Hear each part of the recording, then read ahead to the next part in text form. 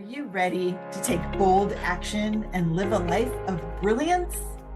Welcome to the Bold and Brilliant podcast, where women leaders share inspiring stories about daring decisions that shape their businesses, their lives, and their career. Today, I'm with the fabulous and amazing Michelle Walters. An imagination advocate, Michelle Walters writes and speaks on themes associated with the power of mind, leadership, positivity, and the law of attraction. Michelle is a marketing coach, clinical hypnotherapist, speaker, and author. Michelle helps her clients with mindset, message, and momentum. She is the winner of Oakland Magazine's Best of Oakland Best Professional Business Coach of the Year 2024 and author of 2 books, An Alignment of Spirit, Finding Work You Love, and most recently, The ABCs of Conscious Leadership. As we talk, you'll hear Michelle share her journey of entrepreneurship, including one bold decision that has created her path of what was next. Her story of resilience, risk-taking, and transformation will inspire, encourage, and support your personal and professional growth. Please join me in welcoming Michelle to the Bold and Brilliant podcast. Michelle, welcome to the podcast. I'm so excited that you're here. Thank you for having me, Tracie.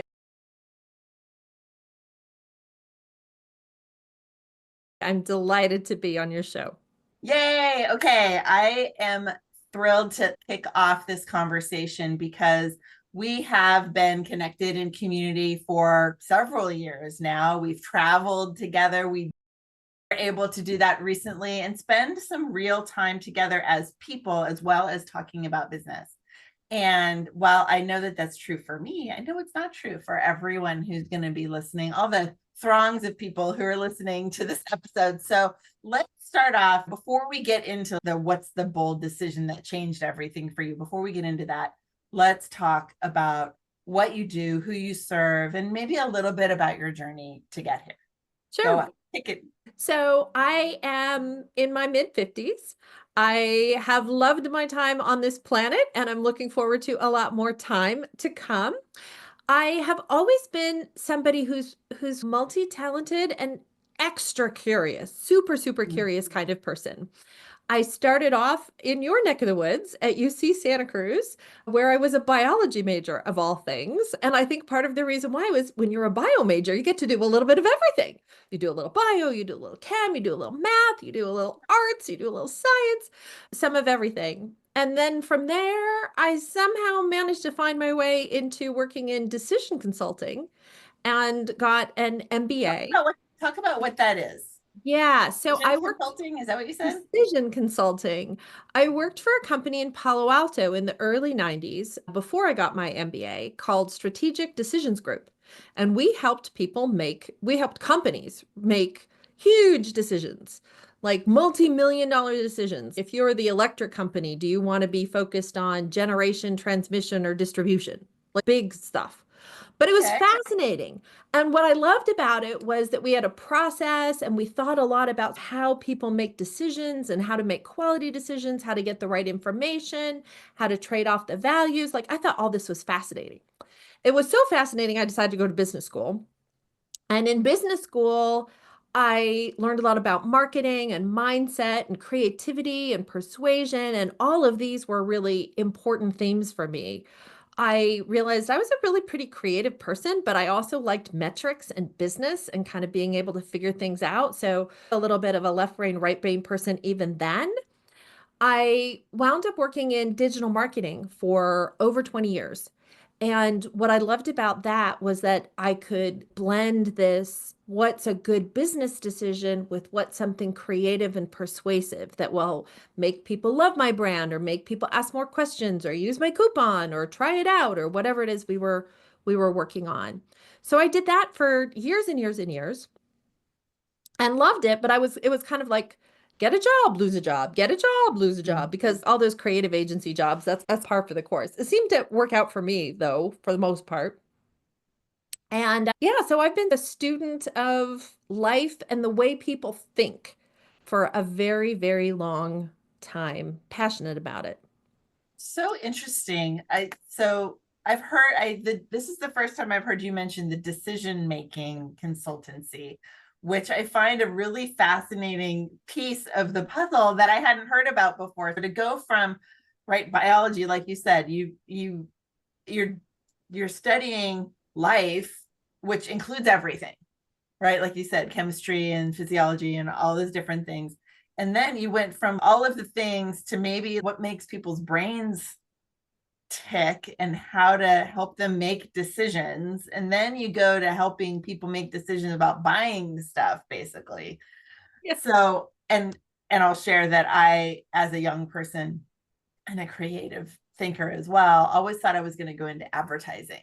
Do you remember watching 30 something when we were young? Did you watch Yeah, that? a little bit. Yeah, it was, Also we were Mad in our, Men. it was exactly, it was pre Mad Men, but it's the same idea in that we were in our 20s and it's like the 30 somethings have it figured out and they're in advertising and isn't that cool and all similar to Mad Men, although whole different story.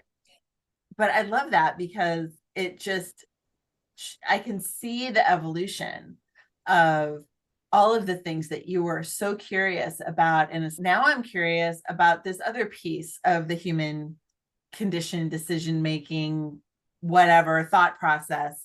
And then business school, which of course, like you said, the metrics and all of those details about why after they made those decisions, then what happened. It's fascinating. Okay. I love all of this. And I know that coming into the digital marketing story, that we're coming up on this bold decision that you alluded to when you said the digital marketing, like you come and go, different jobs, creative agency. So something was about to happen that changed everything for you. So tell us about this bold change that happened in your life.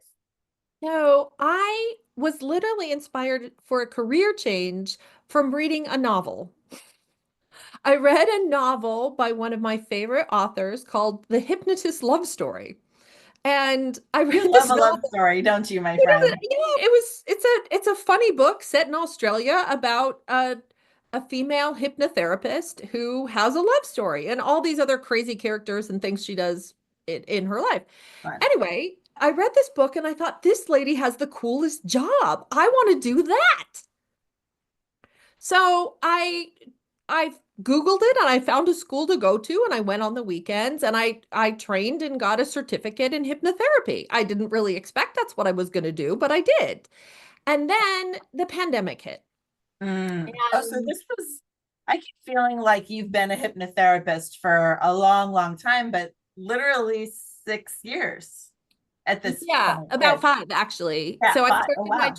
I started my training I had completed my like one level of hypnotherapy training Mm, prior to the pandemic and then completed another level actually at the be early in the pandemic. gotcha. Gotcha. But I had trained, but I had never really anticipated that I would go that direction. It was just a fascinating sideline to have and made for really interesting conversation. You meet all kinds of interesting people when you tell them you're a hypnotherapist. Yeah. Anyway, so my life cratered, I guess is a good word, Mm. during the pandemic, like a lot of people's. But I had sold a house and the love of my life, second love of my life, but the second love of my life passed away during the pandemic. And my son and I were living with my mom, and then my job ended, and everybody remembers how crazy that time was. I was like, well, if I'm ever going to switch jobs, this is the time to do it. And so I did something I'd never done anything like before. I found a little office and got a logo On and your shingle, as they say. and and hung my shingle and started working in doing hypnotherapy for people. And I never would have seen myself doing that before. It was really a bold move that not a lot of other people do. Not a lot of people go to business school and then decide to become a hypnotherapist. Yeah. I had to explain that to a fellow I met this week. He's, what? And I'm like, hey, it works. And I'm really more about what works than getting hung up on the how, you Yeah. know? And on the labels and all of those things. Oh, at the end of the day, my work in hypnosis works most of the time for most people. It's amazing. Without any drugs, without any negative repercussions. It's I'm not going to say it's a cure-all for everyone, but it works for a lot of things. And I love being able to help people like that. It's a very different feeling to put a smile on somebody's face or to wipe off the tears and see them in a much better space than to say, hey, we rocked the campaign for Clorox. It's a different feeling. They're both good, but this one is very personal and that feels good at this moment in my life. Yeah, I bet. It is so interesting. So I loved the kind of the juxtaposition of helping someone not only with the problem they were struggling, but to feel good about how it was solved versus maybe the more stoic business strategy type of thing. And what I know is that often, because this is the circle that you and I share, is that often we're talking about business issues or personal things that are holding us back from business issues. And so I love, my favorite thing about all of that story for you is how you can combine them all and combine your curiosity, your love of understanding the like trackable implications and the personal human component that came from not only the hypnotherapy, but also even the digital marketing part, the marketing part of helping people make decisions. Yeah. It's such a great blend, and that's really helped you had so much success too. Like I really am just understanding you outside of clear strictly hypnosis, right? I've attended Yeah. your courses which were more personal based, but now I'm understanding, and we can see here for those of us who are watching on YouTube, your book in the corner about the ABCs of conscious leadership. And that really feels also, and I want you to talk about it, like that blend that you're talking about the mind and that those conscious and unconscious and subconscious things, but also that history of your Maxwell training and leadership and all of the different things. So talk about your book, which is not, I mean, I didn't tell you we were going to talk about your book, but talk about your book and like why this book, like why this combination and what does it bring for people? Because I do think it like wraps everything that you do So together. my new book, the one out this year, is called The ABCs of Conscious Leadership. And I know you have another one And before. I have another one. And they're very different books, but in some ways they both, I think, hearken to a lot of the same principles, a lot of the Mm, same way I view the world.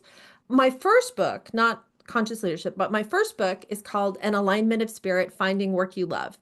And it mm, is really a law of attraction book about getting a job, which sounds really bizarre, but maybe again, that's just me being bold, but putting together two ideas that people don't usually think about, which is really the functional, like, how do I find great work? But it's really more about manifesting. I'm yeah. focused on manifesting. And a lot of people think that's super woo, but like the way I talk about it in my book is not super woo. It's really, look, there's all this science that supports this. And if you think I love science. I think science just hasn't caught up to explain what is woo. That'll happen eventually. But that book really, I think, appeals to people who are trying to look at things from their subconscious and what's going on in their subconscious. Are they drawing the things to them that they want to draw? And if they don't know, read the book because it'll tell you how to get what you want. The second book, the one I launched this year, the one here on my screen, The ABCs of Conscious Leadership, is not so much written for somebody who is playing in the land of their subconscious, but somebody who wants to play in the land of their conscious mind and focus on what are the things that they can do to Mhm. emphasize their authentic leadership traits. And I feel I love this world. I feel like it could be better. And the only way it's going to get better is if we all put out our best foot to be the very best leaders that we can be. Leaders in our businesses, leaders in our communities, leaders in our government, leaders in our churches, what leaders wherever. Yeah. And so the ABCs of conscious leadership is really a reminder for people and a way to help focus on what are the things that you can do to be more clear and conscious and directed about your leadership talents and gifts. Yes. Because I believe that as we build and strengthen those, we are going to help get ourselves from where we are now to a better place where we can be. Is Yeah. that Yeah, sort of clear? 100%. And the word that keeps humming in my mind is with intention, right? Yes, Like yes. you're doing it. And this is what I talk about all the time when I talk about bold leadership, it's the same thing, right? What decisions are you making that with intention are leading you where you want to go, regardless of whether or not you have seen anyone do it before? Like, you just know it's the right thing for you based on who you are and what you want and where you want to go. And so it's the same kind of idea, that intentional personal self leadership toward your future. Yep. Yeah. It's awesome. You and me, And we got this. super, I super love it. powerful. Yeah, it is. And it provides the fuel and the energy for people to get where they're trying to go. I think a little of it is being a woman. I'm not trying to say that's the only piece of it, but I think to some degree that would be We really hard tend for to you, be, right? Michelle. We Yeah. tend to be more tied into our intuition and our feelings about what that looks like. Where I could say my husband and we talk a lot about his work, because I can't even imagine living in his little work life. It's insane to me. But the idea of getting to make decisions, and part of this is being an entrepreneur too, I think. We get to make decisions that are, because we know what we want, we can decide how we want to attempt to get there. And a lot of times the guys are sticking with this is what I'm supposed to do thing. Yeah.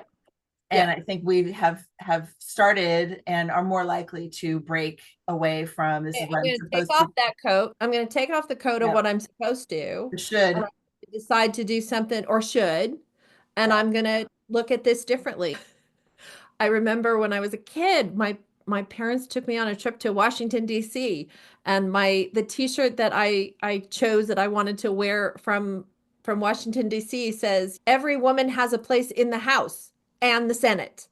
That was what I thought was the right How thing to old wear. were you? How old were you at that point? I was Remember? probably 11 or 13. Awesome. Yeah, the junior high, Yeah. middle Yeah, it school, was that junior high age. Yeah. yeah, they still do Washington, D.C. at about 8th grade in the schools. So it's right around then. Yeah. It's when we started to recognize that we have thoughts of our own that we want to affect the world with. When we're 8 and we're in elementary school and we're still like just surviving the playground, and then you get into middle school when you start learning about things more. In elementary school, you're learning science, but you don't really know it's science. You just like, oh, look what happens when you mix these colors. But that's science too.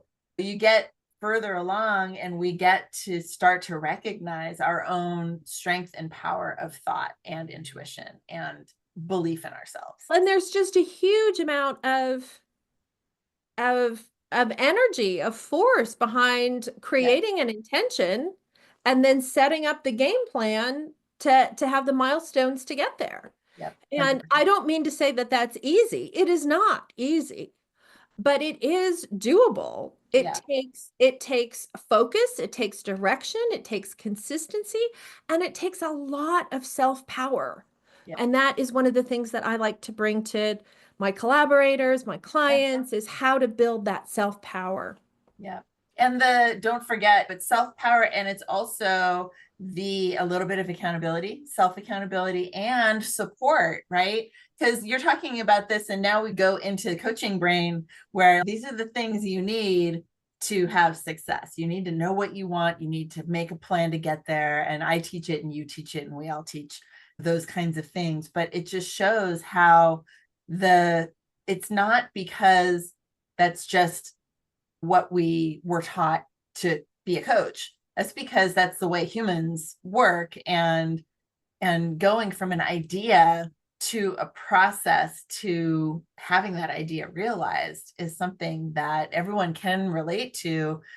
And then when you have someone like yourself who can actually distill it into the facts that came before, like sometimes we just go through and we're there and we don't even know the steps that we took along the way, but you can help to like show them that these are all Yeah. the things that they Yeah. did and they can do it It again. is important. It is important. And whether I'm doing work with sort of a business person or a collaborator or a client, often a huge part of what I need to do is show people the evidence Yeah, that they right. have the experience to do what it is they're setting out to do. Yep. I taught a class last night, and my class that I teach a few times a Your year, SOS was last night. SOS was last night. Awesome. Stop overeating sugar. And that's an interesting class because I use the decision framework for the first half of the class, and then I use hypnosis for the second half of the class. Yeah. The hypnosis part of what I have people doing is remembering how they've done things before. They can do this. Do it again. Yep. And that is a powerful message, and especially powerful when people are relaxed and in a state of hypnosis. Yes. Yeah. Yeah. 100%. And I've attended that class and others of yours, and that's exactly what I get from it. That the power of hypnosis, in my experience, from you, I may have had a hypnosis experience with one other person in the past before that, but several times with you, is such a profound sense of relaxation. It's like meditation times 20, and which is so wonderful. And yeah, but there's a consciousness to it. Even though you're reaching the subconscious, there's a consciousness to it that helps you recognize that, oh yeah, I have actually had this thought before, and I can have this thought and this experience and this success again. So meaningful. I love it. I love what I do. What I by being an entrepreneur, by doing what I want to do, I get to do things in the combinations Yeah. that I think are going to be effective and help people. Yeah. And it's an absolute joy to get to do the kind of work I do. It's beautiful. What do you see as, if you're willing to share, do you have little other potential bold decisions ruminating that you're thinking or like on the verge of? I'm launching something new. I'm launching a marketing group coming up in a month or two. So that's my next boldish. So what's that going to look like? Tell us a little bit about it. I'm calling it the Magnetic Marketing Collective. Oh, I like that. Magnetic. Love that. Magnetic Magnetic Marketing Collective, and it's going to be a group that I'm leading. We're going to meet 3 times a month, and I'm going to teach people a little bit about their digital marketing. I'm going to ask people some questions, and then we're going to have a little bit of accountability and working time to get marketing done. Because I've realized that as I meet many different small businesses and solopreneurs, a lot of people don't know the basics. And while I don't know all the details about everything, that would be impossible. I know a lot of the basics, and I can help people make some good decisions about where to put their initial energy and intention after. Yeah. And I also have realized that while I've met a few people who are maybe as well versed as me or better versed than me, at least in certain aspects of their marketing chain, they got no accountability. They ain't getting this stuff done. And so I think by leaning into the value that you bring to your community, I can create a little community that is going to focus on this particular aspect of things.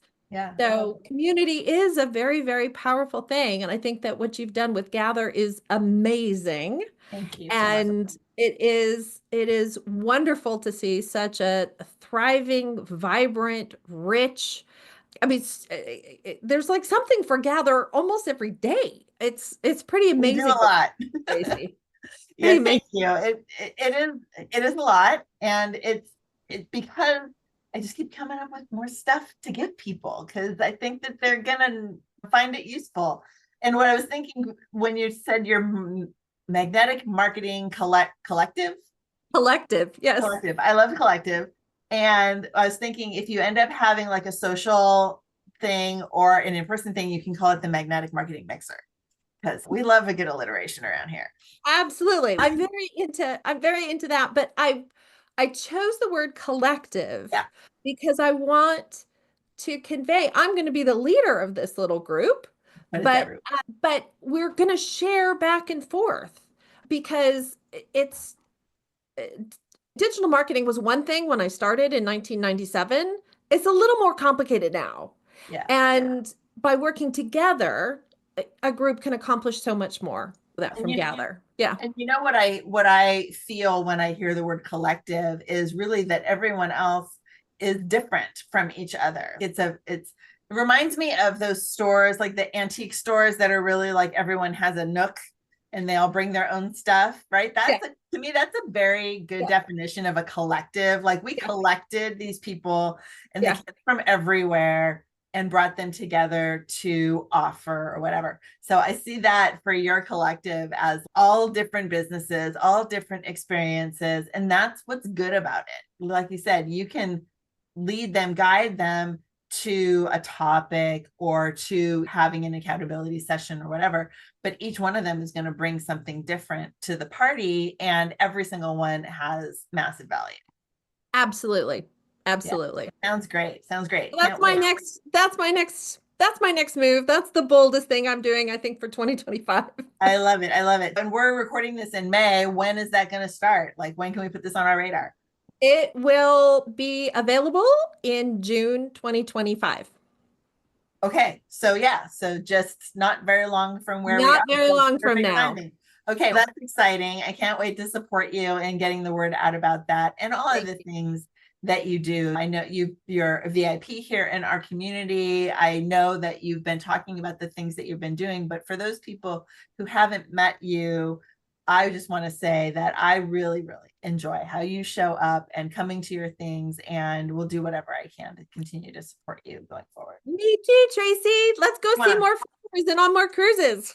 Yes, more cruises, more fun, more everything. We love it. More bold decisions too. More bold decisions and helping people make them. Yes. Yes, and helping people make them. Okay. I love it. I think it's time for us to quiet ourselves down and finalize everything. Give us like a final, Michelle, message to the listeners. Like they listened to this whole episode, they've come here to the end. What do you want them to know as they leave this episode? That what I love to help people with is their mindset, their message, and their momentum. And whether that is something that feels personal or professional for your solopreneur or small business, I would love to be in touch, have a chat, and see if there's a way for us to work together. Fantastic. Mindset, message, and momentum. You got it. Beautiful. Thank you again, Michelle, for being here. I'm so thrilled. Yay. All right. Thank you so much. Thank you for listening to the Bold and Brilliant podcast. I'm your host, Tracie Root, and I want to invite you to check out the show notes, find out where you can connect with our guests, find out more about what I and the Gather community have to offer you, and be sure to subscribe to this podcast on your favorite platform. Thanks so much.